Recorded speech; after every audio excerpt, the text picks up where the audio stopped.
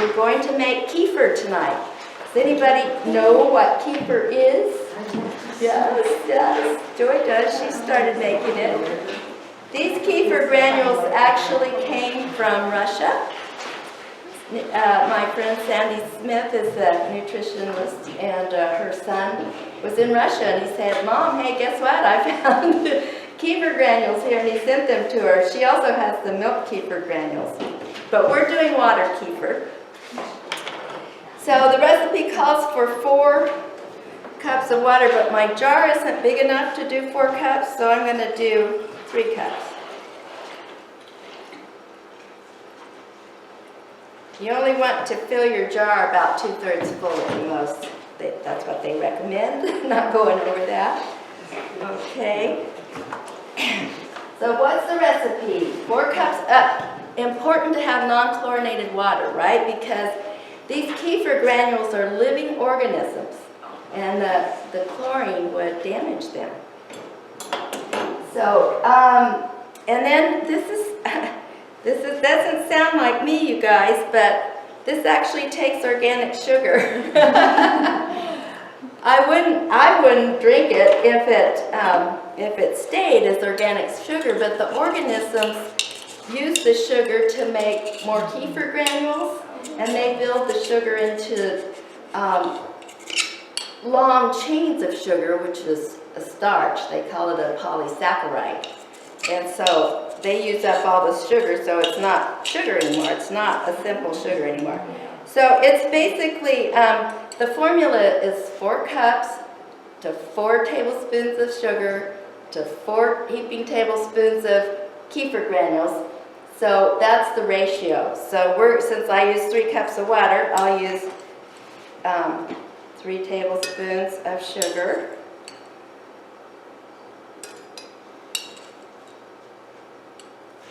There we go. And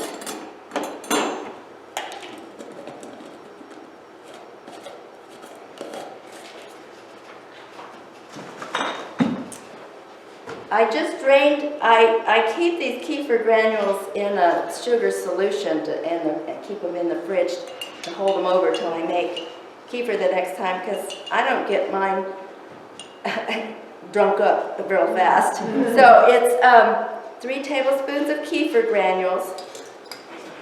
And they say you can even eat these granules, that they're good to balance cholesterol, that sort of thing.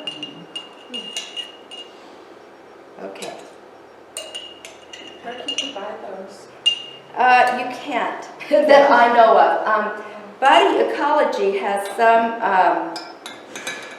fermentation starters. Where did you get your kefir? I found them on eBay. Oh, did you? And I can tell you the name of the lady I bought them from. They worked, so. But It must be okay. I don't have a whole bunch of these, but if you guys will bring a jar, we can share these. Even if you start with just 1 or 2 tablespoons, they'll keep multiplying, you know. So when we harvest these in 2 days, it should double the amount of granules. It may not do quite that much. Now there's one more little step here. Or a couple more. If your water does not have minerals in it, like mine's reverse osmosis, so it won't have any minerals in it. The organisms don't really grow well without minerals, so I'm using something called tri-salts, but you can use like Celtic salt or Celtic salt, whatever way you want to pronounce it. It doesn't take very much, just a little pinch, because you don't want to overdo it either to give them some minerals. Salt? This is tri-salts, which is it's calcium, magnesium, and potassium. But you can use something like Celtic salt. This is just something I happen to have. And it needs some more food. So you do 5 raisins per tablespoon of kefir granules, organic raisins, or what else does it say there? Prunes, or any combination of dried fruits. So we need 15 raisins. What is it? Is it grain? Just a second, I'll answer that question.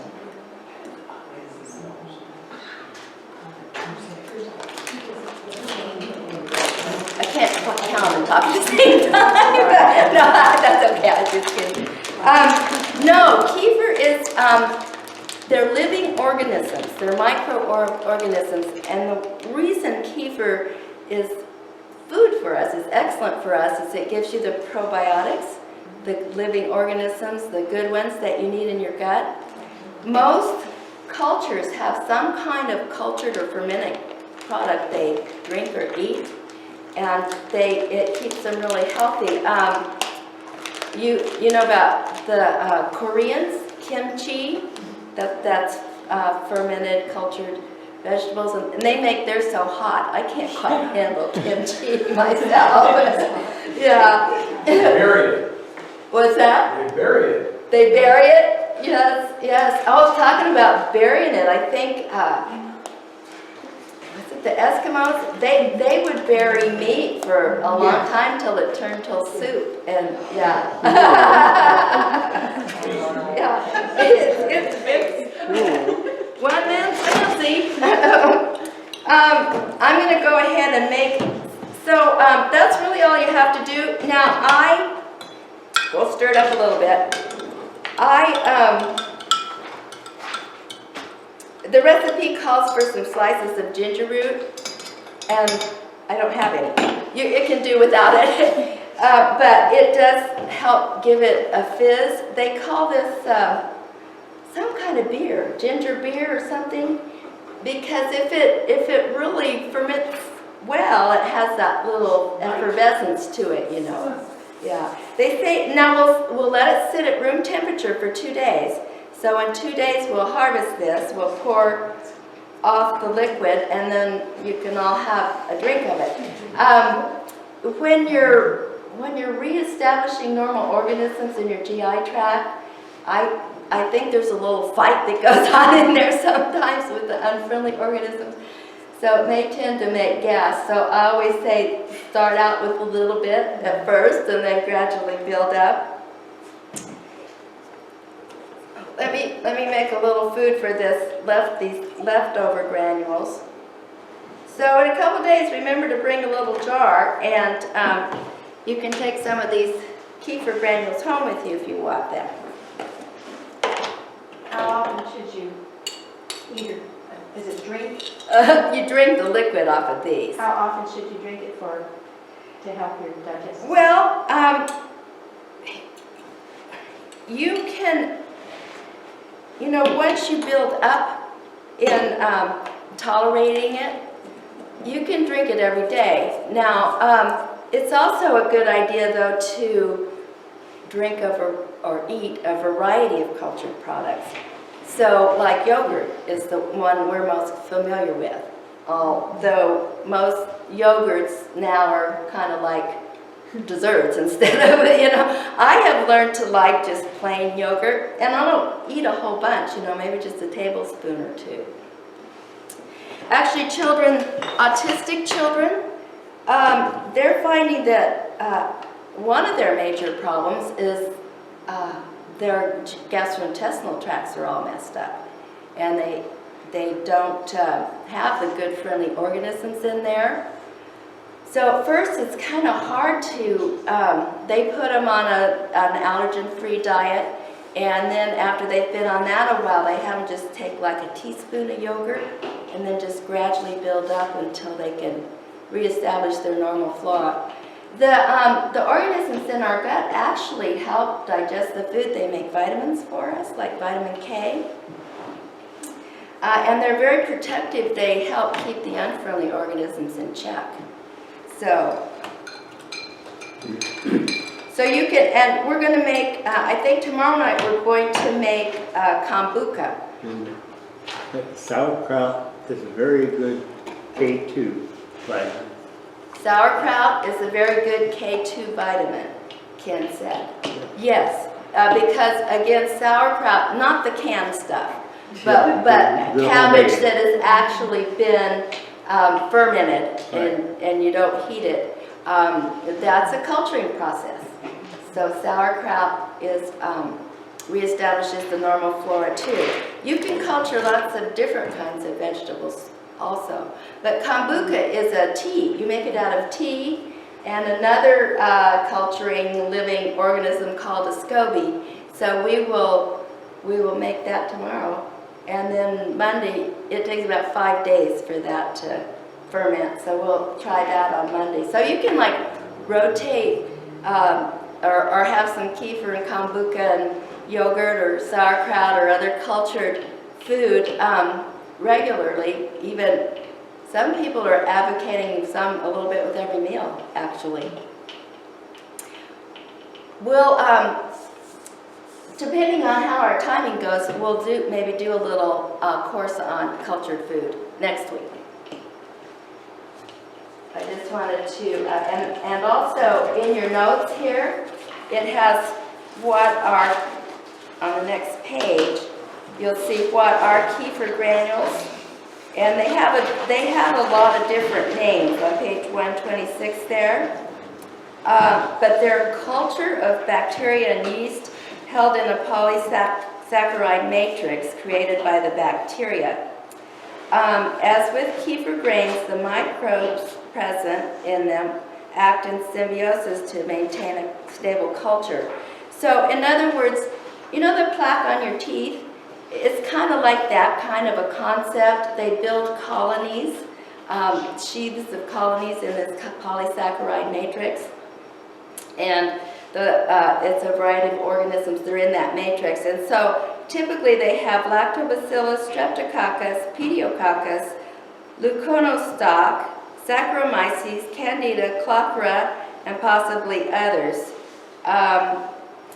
So big variety of organisms there, some of which you might think are dangerous, but like the streptococcus, we always hear that in conjunction with sore throats, but they're different kind of streptococci, and some of them are beneficial. All right, now so the granules that we're storing, we'll put in the refrigerator tonight, so make sure I do that, okay? And I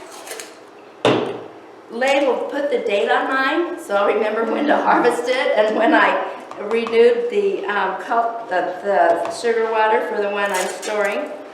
So good old masking tape does the job. So this is the 6th, and okay, so I'll put that.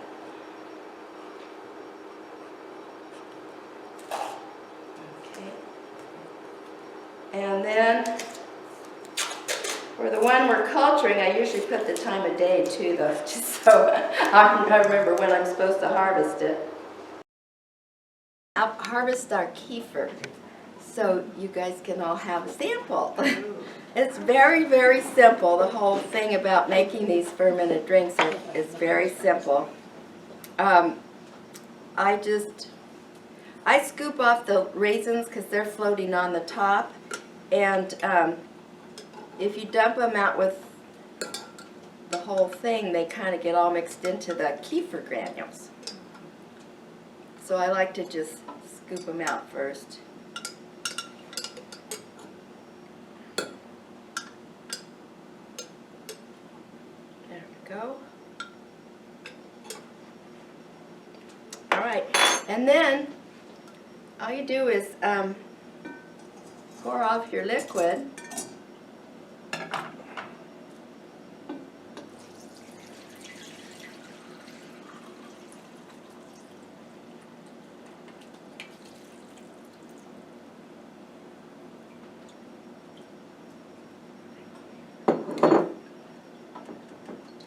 And if anybody wants these granules, they can have them. They'll make their own brew. And we might as well just pour the liquid bit back in this jar.